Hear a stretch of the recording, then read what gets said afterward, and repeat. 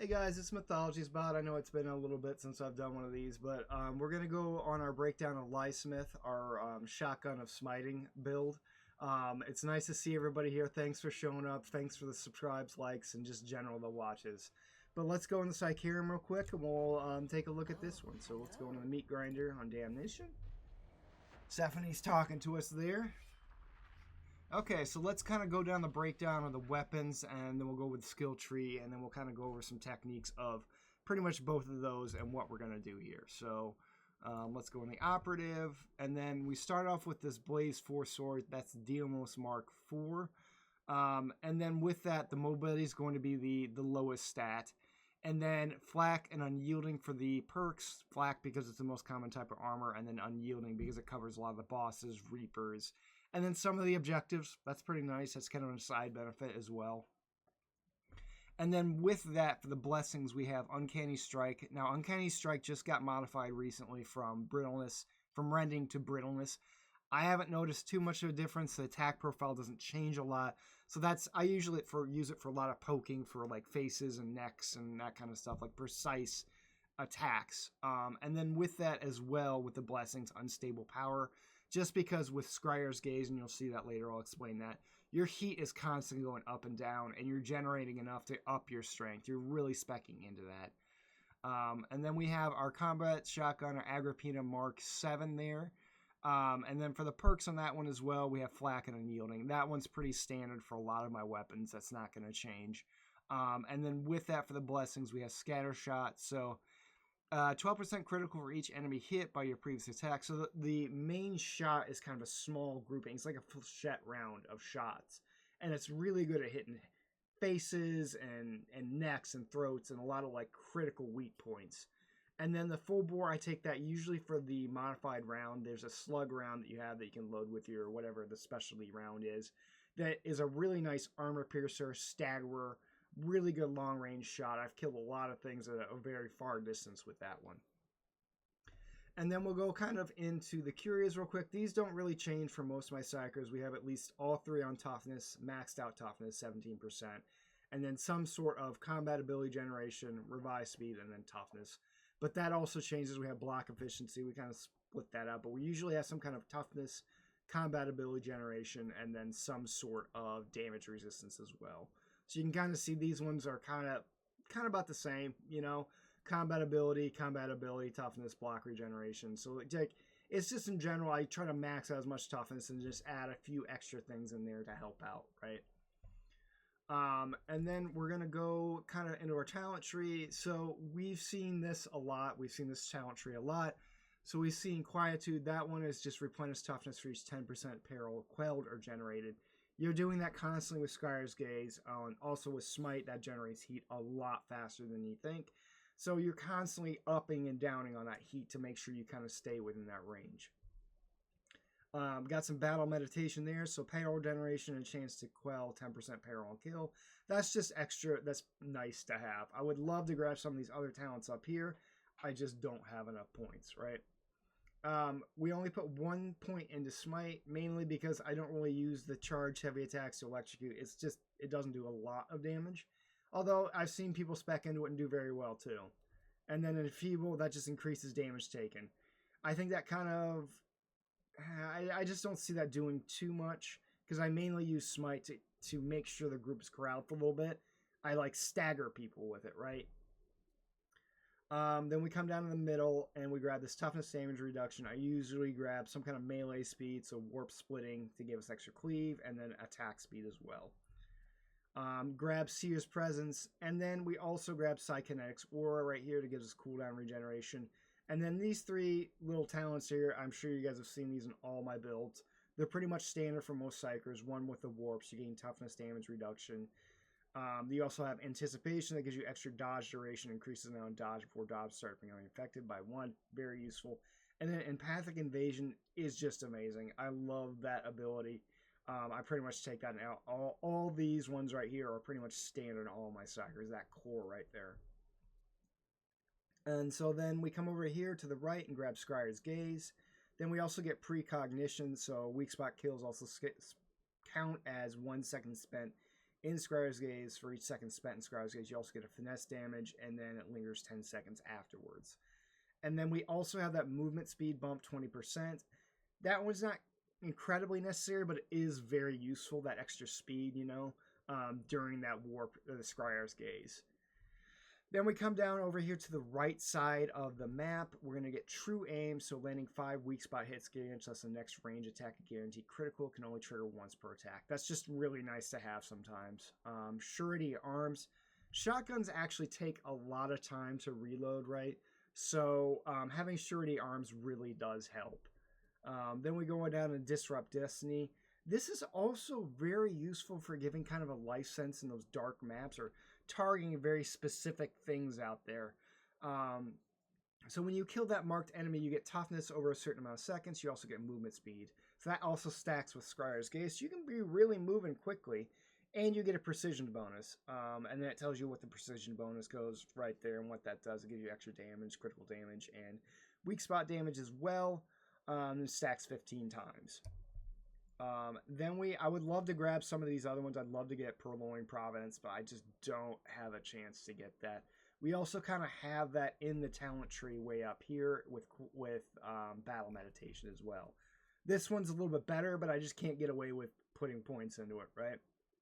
Lingering Influence there to increase the duration of Disrupt Destiny, just to make sure that kind of keeps going.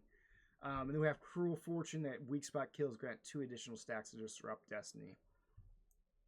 And then on this left side, this stuff is pretty standard for me. On a lot of my builds, you're usually going to see me have Warp Right that deals increased damage as my peril goes up. That just helps with Scryer's Gaze. A lot of things are getting up to that point. Then we go into Solidity to increase our Quell speed by 30%. That's just useful to have.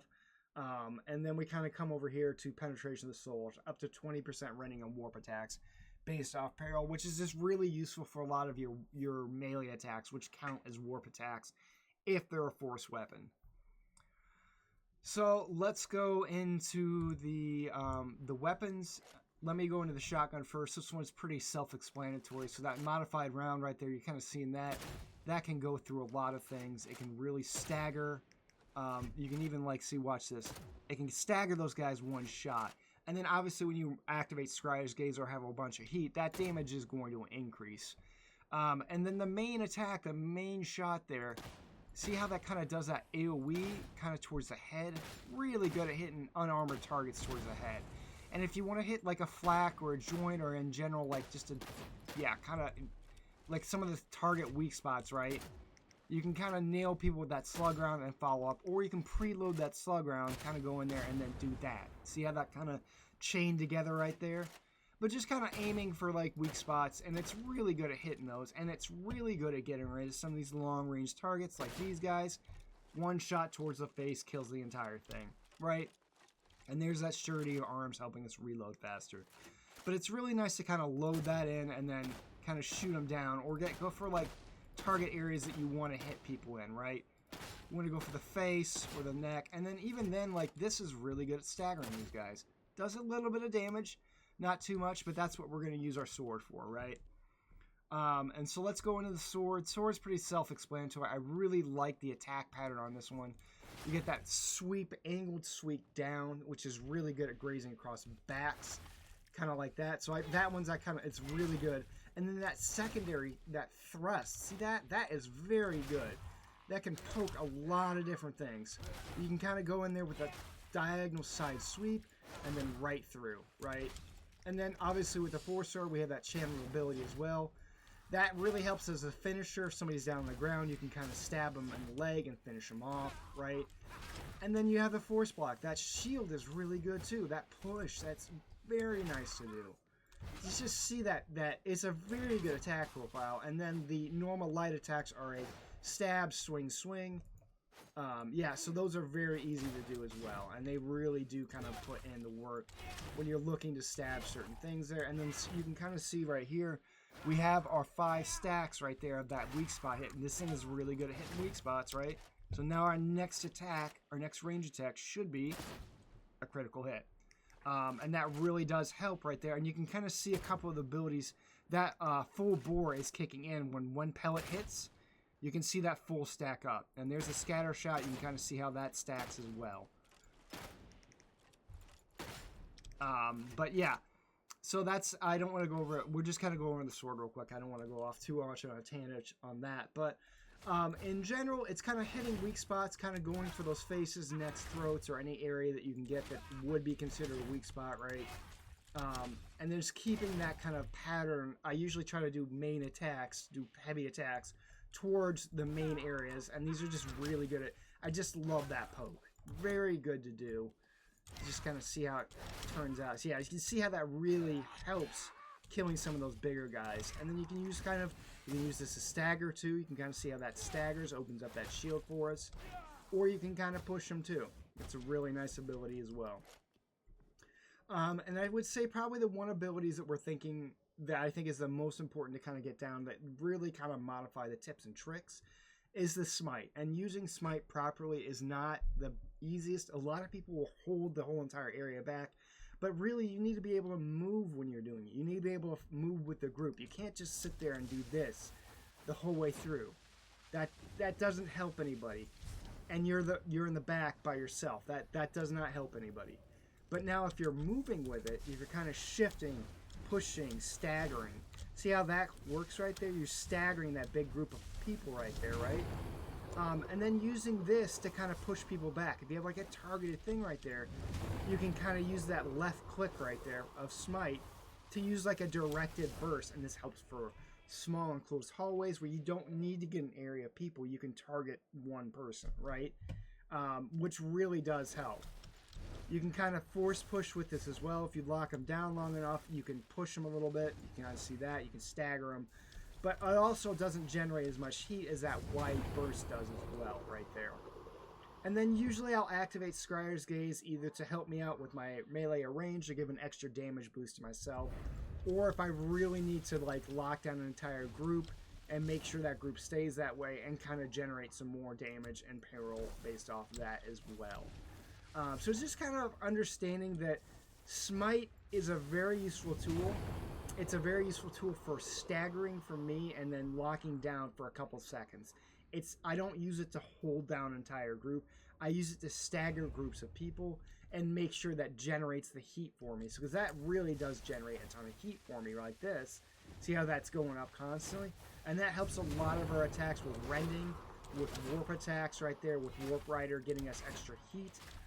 And that's one of the main things I use Smite for, is actually just really trying to generate ton, because it does. Look how fast that generates heat.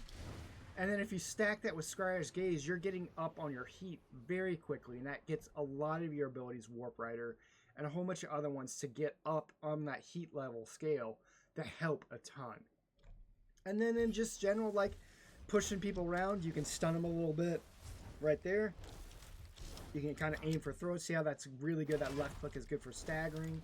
And just kind of keeping that flow up and really controlling the battlefield, but not locking it down. You're looking to control it in a way that's most advantageous for your group and you at the same time. So like kind of keeping them locked down like that, and then just kind of spraying a little bit like this, and then kind of going in with the sword to finish them off, or the shotgun to kind of assassinate somebody from range, because this is really good at hitting people at range. And that stacks really well with a lot of your, like, with your landing your critical weak spot hits that can really help build up that charge for that crit chance on your shotgun or some of your other abilities as well. And then using Scryer's Gaze to either up your heat, down your heat, or just in general just help give you a little bit of boost to your melee attacks or your range attacks as well. So we're kind of sitting a little bit of time on this one. So let me try to kind of see where we're sitting at this one. Right there. Good.